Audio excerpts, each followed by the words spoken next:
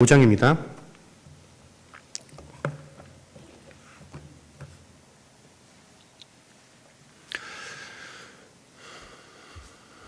누가복음 15장 11절로 32절입니다.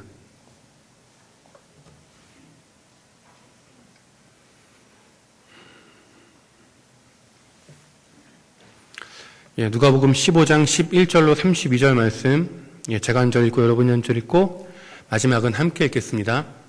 제가 먼저 읽겠습니다. 또 이르시되 어떤 사람에게 두 아들이 있는데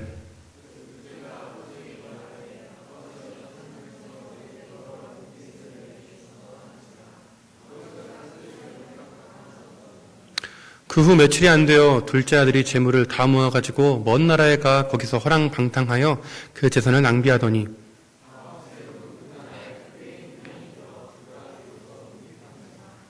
가서 그 나라 백성 중 한 사람에게 붙여 사니 그가 그를 들로 보내어 돼지를 치게 하였는데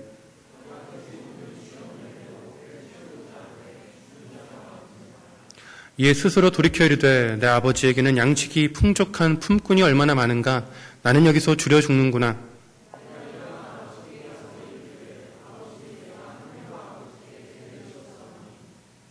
지금부터는 아버지의 아들이라 일컬음을 감당하지 못하겠나이다. 나를 품꾼의 하나로 보소서 하리라 하고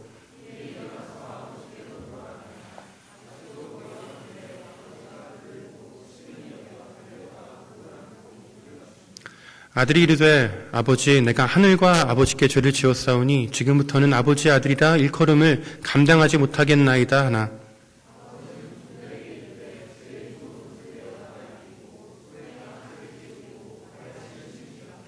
그리고 살진 송아지를 끌어다가 잡으라 우리가 먹고 즐기자.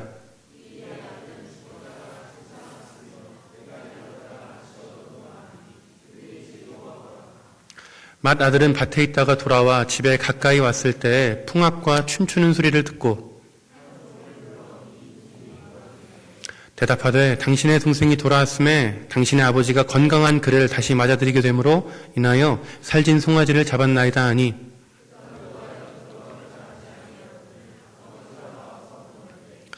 아버지께 대답하여 이르되 내가 여러 해 아버지를 섬겨 명을 어김이 없거늘 내게는 염소 새끼라도 주어 나와 내 벗으로 즐기게 하신 일이 없더니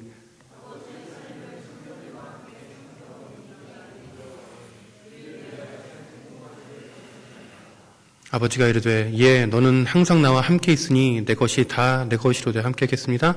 이 내 동생은 죽었다가 살아났으며 내가 잃었다가 얻었기로 우리가 즐거워하고 기뻐하는 것이 마땅하다 하니라. 아멘. 먼저 설교 전에 오늘 원래 담임 목사님께서 설교하기로 되어 있으셨는데요. 담임 목사님이 최근에 근래에 들어서 굉장히 일정이 많이 이렇게 빡빡해가지고요. 목사님이 오늘 이 3부 예배 설교하기가 조금 몸이 좀 힘드셔서 저한테 이렇게 맡기고 가셨습니다. 그 점 양해를 부탁드리고요. 그리고 오늘 설교 전에 간단하게 오늘부터 이제 그 작년까지는 고3이었죠. 고3 친구들이 이제 청년부 예배 이제 오기 시작합니다. 오늘 아시다시피 예배가 다 끝난 다음에 새내기 환영회가 있는데요. 그 전에 지금 오늘 새로 나온 우리 친구들 잠깐만 일어나 주시겠어요?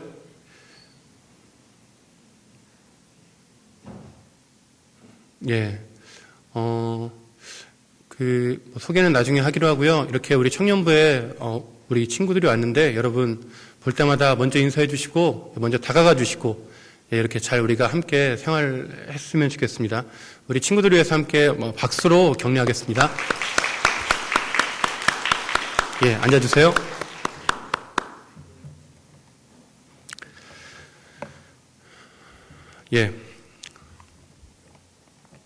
오늘 우리가 읽은 본문은 너무도 유명한 탕자의 비유입니다.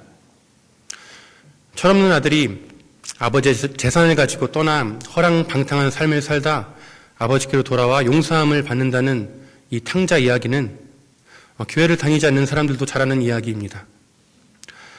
사람들은 본문을 읽을 때 돌아온 탕자인 둘째 아들에 주목합니다. 그리고 둘째 아들을 용서한 아버지에 주목합니다. 그리고 가장 나중에 그냥 지나치듯이 첫째 아들을 대충 훑어보고는 성경을 덮습니다. 그런데 본문에서 가장 초점을 맞춰야만 하는 인물은 둘째 아들도 아버지도 아닙니다. 바로 첫째 아들입니다. 예수님께서 이 탕자의 비유를 말씀하셨을 때 우리가 그 배경을 살펴본다면 제가 이런 말씀을 드리는 이유를 잘 알 수 있을 겁니다. 예수님께서 이 비유를 말씀하셨을 때 그 대상, 그 청중은 바리새인과 서기관들이었습니다. 누가복음 15장 2절에 바리새인과 서기관들이 수군거려 이르되 이 사람이 죄인을 영접하고 음식을 같이 먹는다 하더라 라는 말씀이 있습니다. 바리새인과 서기관들이 예수님에 대해 비판을 가하는데 그 이유가 도저히 상대해서는 안 될 세리와 죄인들을 상대하고 있다는 것입니다. 예수님이. 그 수군거림을 들으신 예수님은 잃어버린 양 한 마리와 한 드라크마의 비유를 말씀하십니다. 그러니까 우리가 오늘 본문에서 읽은 이 탕자의 비유 이전에 앞서서 두 가지 비유를 드심을 여러분이 성경 앞쪽을 보면 알 수 있습니다.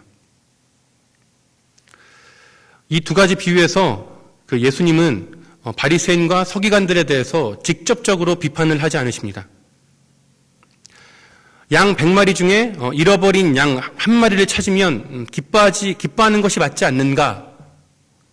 10 드라크마 중 하나를 찾았으면 기뻐하는 것이 맞지 않는가? 라고 되물으시지 비유 속에서 그들, 즉 바리새인들, 서기관들을 지칭하지 않으십니다.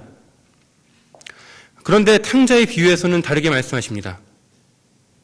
앞선 비유에서 나타난 목자나 어떤 여자와 같이 본문에는 잃어버린 것을 결국 찾은 아버지가 나타납니다.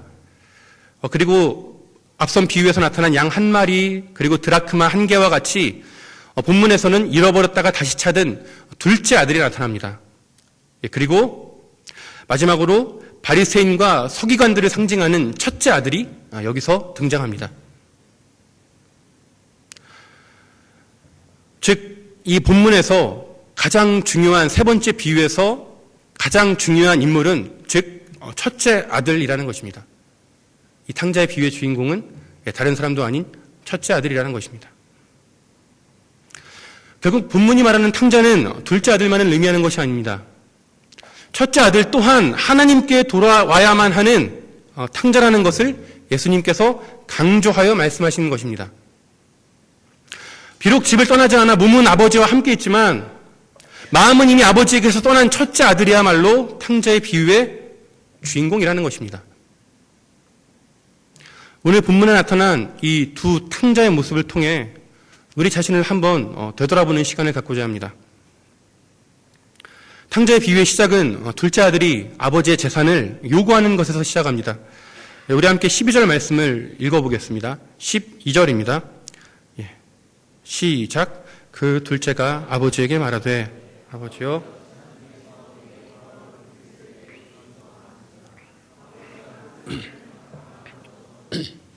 아멘. 둘째 아들은 어느 날 아버지에게 찾아와 당당하게 요구합니다. 재산 중에서 자신에게 돌아올 분깃을 달라고 요구합니다.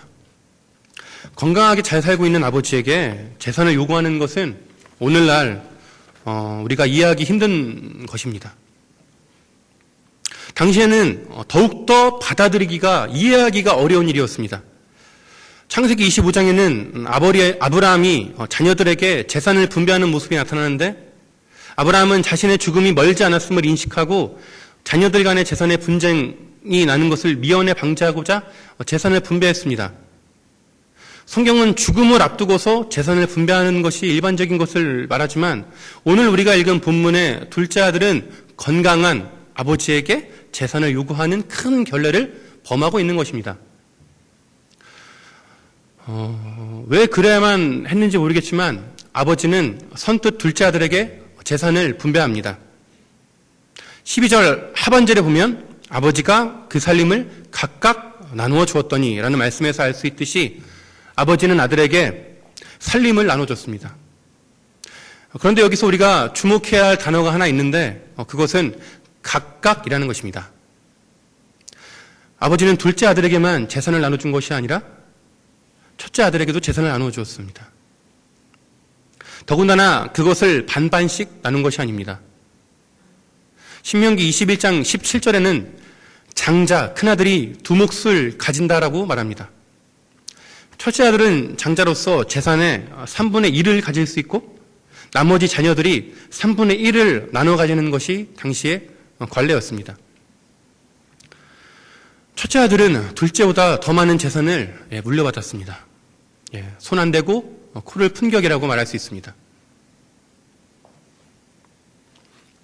첫째 아들은 그저 가만히 앉아서 자기가 취할 것을 취할 뿐 떠나는 동생을 붙잡지도 아쉬워하지도 않습니다. 오히려 나중에 자신의 동생이 돌아올 때 아버지에게 성질을 부립니다. 30절을 보시면 첫째 아들이 화가 잔뜩 나 아버지에게 따질 때 자기의 동생을 가리켜 동생이라는 단어가 아니라 이 아들이라는 단어를 사용합니다. 첫째에게 둘째는 자신의 동생이 아닌 그저 아버지의 자식, 즉 남과 같은 존재로 받아들이고 사는 모습이 드러나는 것입니다. 우리 한번 주변을 좀 둘러봅시다. 한때 교회를 다니다가 지금은 보이지 않는 이들이 없는지 살펴봅시다. 우리는 하나님께 축복을 받은 사람들입니다. 구원의 은혜만이 아니라 장자와 같이 더 많은 분깃을 받은 자들입니다. 반면 우리 주변에 교회를 다니다 떠난 우리 친구들이 있습니다.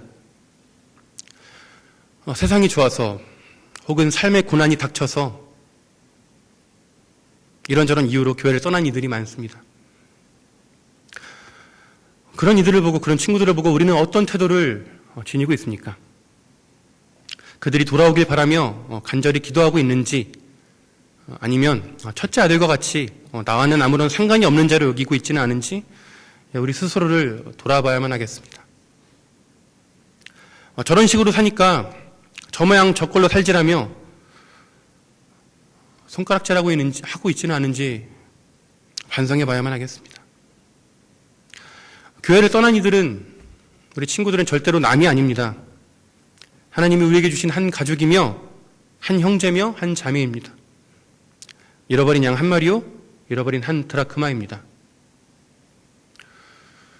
그런 의미에서 우리 청년부에 올해 가장 우리가 적극적으로 행해야 할 한 가지 사역이 있다면 우리 교회를 떠난 청년들을 챙기는 일입니다. 안타깝게 우리 교회를 떠난 청년들 중에 대다수가 교회를 제대로 다니지 않고 있습니다. 교회를 다녀도 제대로 출석하지 않고 아예 교회를 떠나는 친구들도 있습니다. 우리가 개인적으로 그 친구들에게 연락을 하고 그 친구들을 챙기는 것 당연히 우리가 행해야 할 바이겠지만 우리 공동체가 특별히 그 친구들을 위해서 프로그램이라던가 우리의 사랑을 전할 수 있는 그런 시간들을 준비하려고 합니다.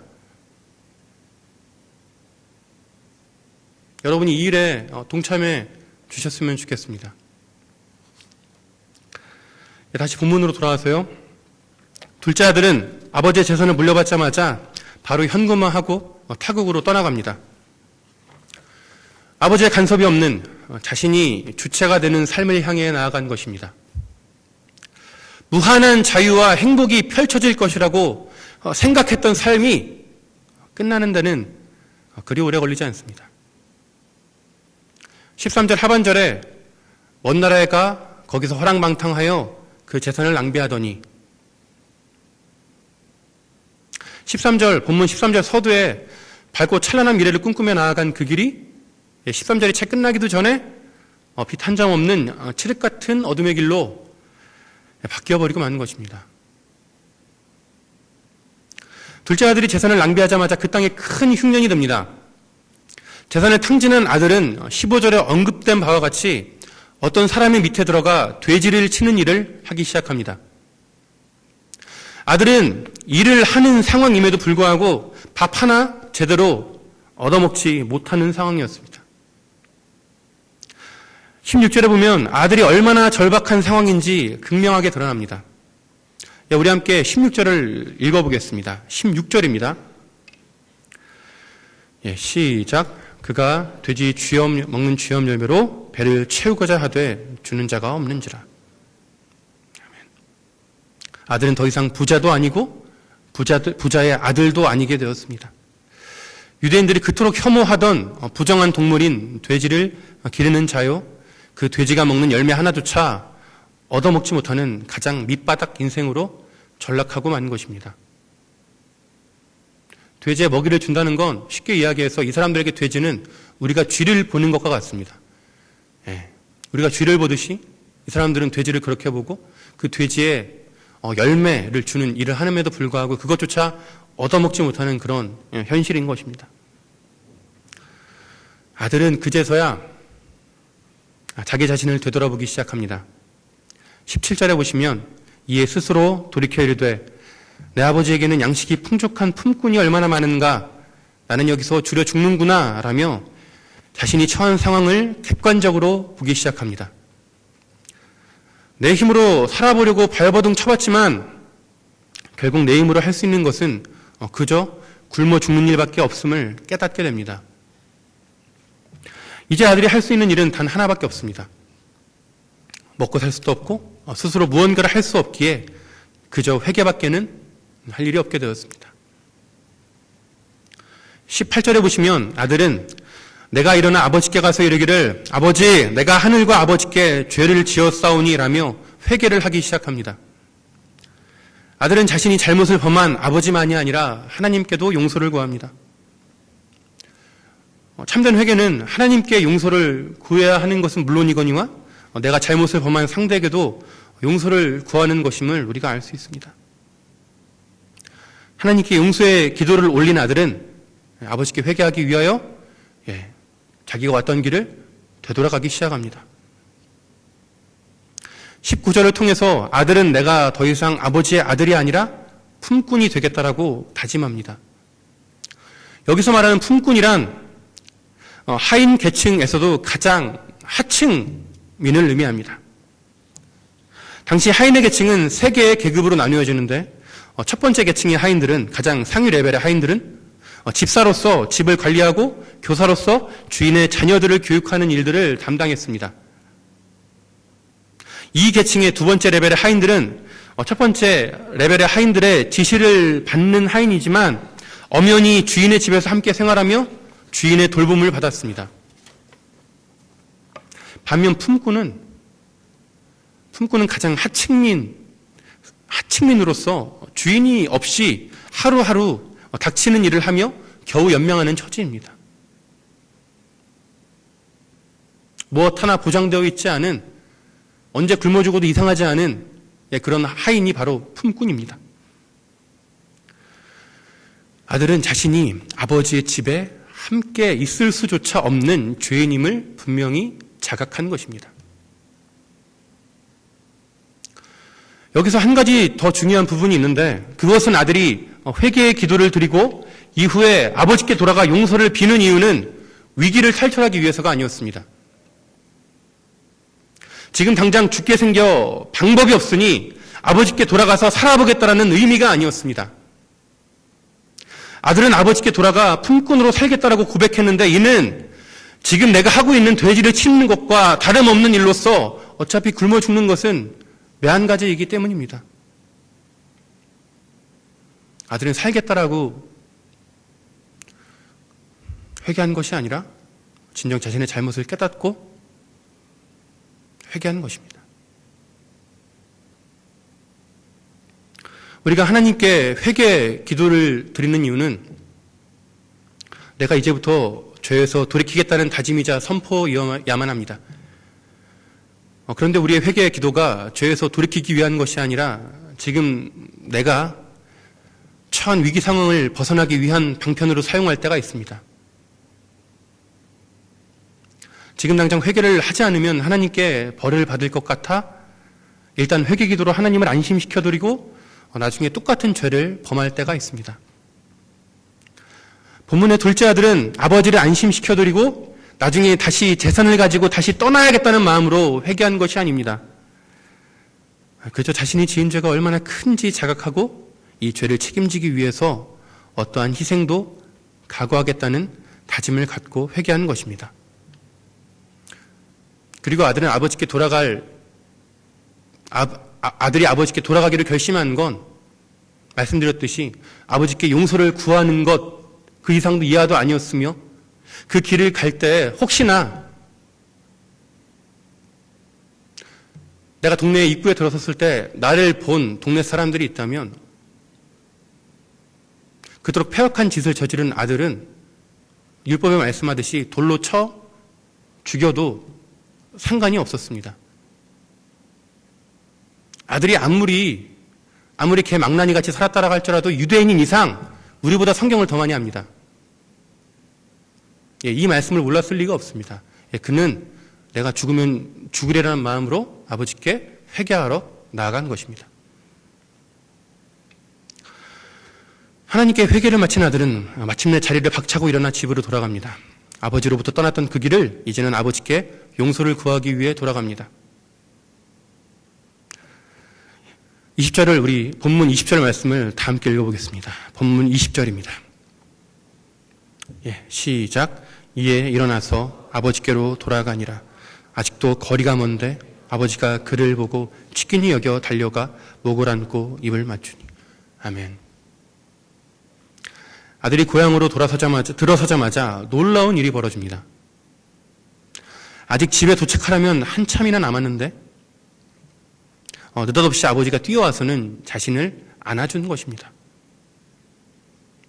아직도 거리가 먼데 아버지가 뛰어왔다는 말씀은 날마다 아버지가 아들을 기다렸다는 것을 의미합니다. 불순종하고 떠난 아들이지만 언제고 돌아오리라는 기대를 가지고 날마다 마을의 가장 높은 곳에서 아들이 떠나갔던 길을 바라보는 것입니다. 아들을 본 아버지는 달리기 시작합니다. 여기서 달린다는 말의 원어적인 의미는 그냥 달리는 것이 아니라 경기장에서 단거리 육상 선수들이 뛰는 것과 같이 전력으로 질주한다는 것입니다.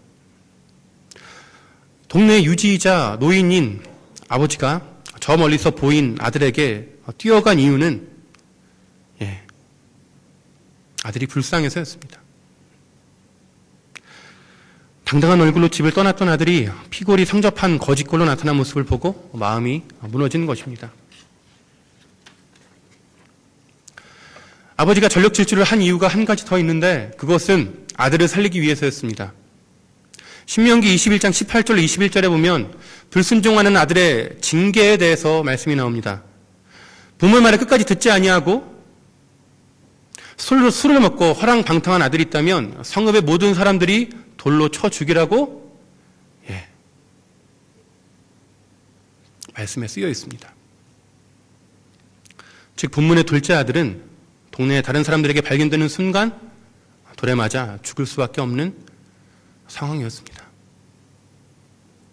이 상황을 누구보다 잘 알고 있는 아버지는 그 노인의 몸을 이끌고 아들을 향해 전력 질주를 한 것입니다. 아버지는 아들을 끌어안고 입을 맞춥니다. 여기서 입을 맞추다라는 건 한 번 그냥 살짝 한 것이 아니라 몇 번에 걸쳐 입을 맞추는 것을 의미합니다. 아버지는 아들을 위해 자신의 채통을 모두 내버렸습니다.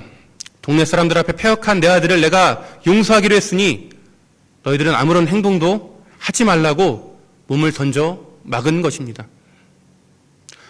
뿐만 아니라 제일 좋은 옷을 입히고 신을 신기고 인장만지를 끼워줌으로 다시금 아들의 지위를 회복시킵니다. 자신의 뜻을 공표하고자 사람들을 불러 잔치를 열기까지 했습니다. 마침내 아들은 아버지로부터 그리고 이웃으로부터 자신의 지위를 회복받기에 이릅니다. 이것이 하나님 아버지의 마음입니다. 하나님은 오늘도 방황하고 헤매는 우리를 기다리고 계십니다.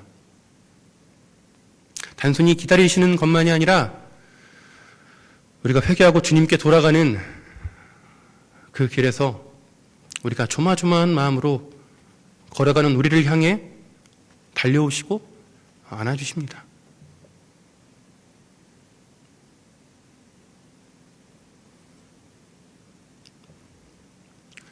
아들을 살리기 위해 채통을 벌인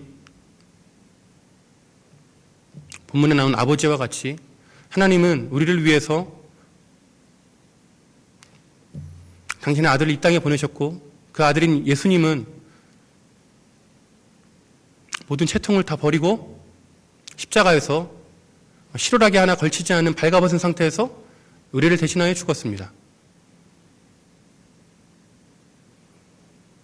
우리를 사랑하고 우리를 구원하기 위하여 그 어떠한 채통도 내세우지 않고 모든 걸 다 주신 그 주님,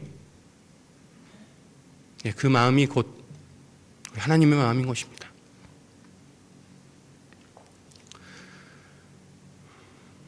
밭에서 일하다가 돌아온 첫째 아들은 자신의 동생이 돌아왔다는 소식을 듣고 분노합니다. 화가 잔뜩 난 첫째 아들은 아버지에게 가서 따지기 시작합니다. 우리 함께 29절 말씀을 함께 읽어볼까요? 본문 29절입니다. 시작. 아버지께 대답하여 이르되 내가 여러 해 아버지를 섬겨 명을 어김이 없거늘 내게는 염소 새끼라도 주어 나와 내 벗으로 즐기게 하신 일이 없더니. 첫째는 여러 해 아버지를 섬긴 나에게는 송아지는커녕 염소 새끼조차 준 일이 없는데 창녀들에게 재산을 다 탕진한 아들에게 송아지를 잡고 잔치를 열어준 것에 대해 분노했습니다. 첫째가 분노한 대상은 자신의 동생이 아니라 아버지였습니다.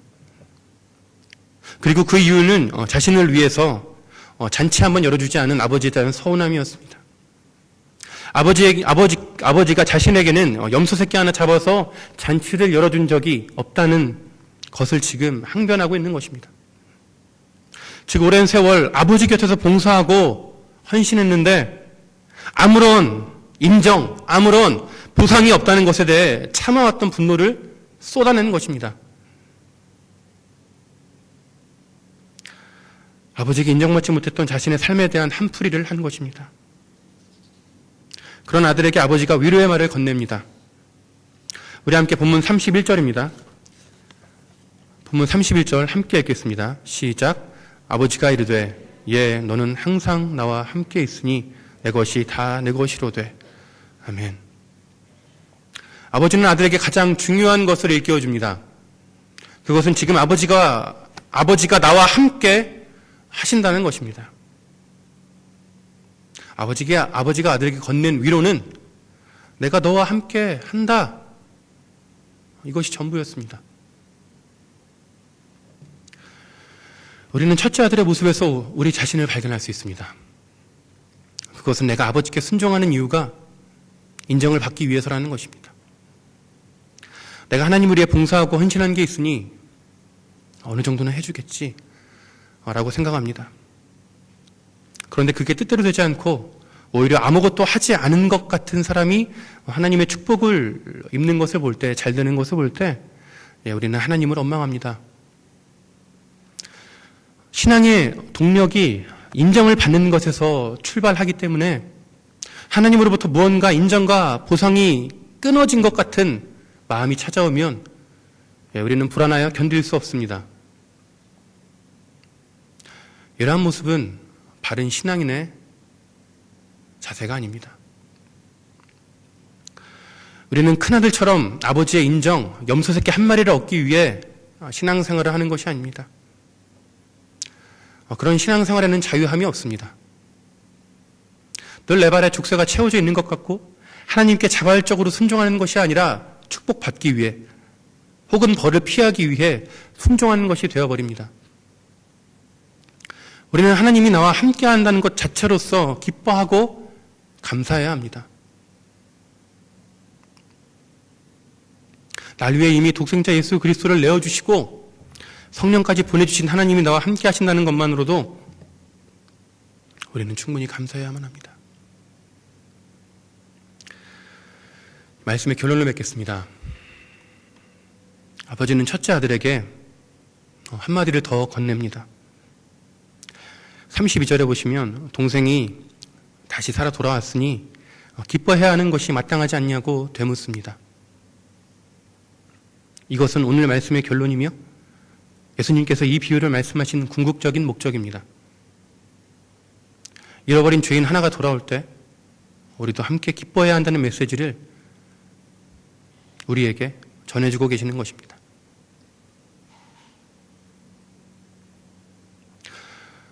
우리는 하나님이 나만 바라봐 주시기를 바라지만 하나님의 눈은 늘 잃어버린 자를 향합니다. 왜냐하면 나는 이미 하나님 곁에 있기 때문입니다. 이미 하나님의 소유이며 하나님께서 친히 돌보시는 자녀이기 때문입니다. 우리에게도 하나님 아버지의 마음이 필요합니다. 하나님이 기뻐하시는 일에 함께 기뻐하고 안타까워하시는 일에 함께 안타까워할 수 있어야만 합니다. 교회를 떠나는 우리 친구들을 보면서 눈물로 기도할 수 있어야 합니다. 세상을 방황하는 수많은 청년들을 보며 아파하는 하나님의 마음을 느낄 수 있어야 합니다. 하나님이 내게 주신 축복으로 하나님의 사랑을 가늠하는 것이 아니라 지금 내 곁에 계신 하나님 자체로 하나님의 사랑을 경험하는, 그리고 잃어버린 영혼이 돌아올 때 하나님과 함께 기뻐할 수 있는 저와 우리 남서울 평촌교회 청년 여러분이 되길 예수님의 이름으로 축원합니다. 우리 함께 찬양할 때요, 혹시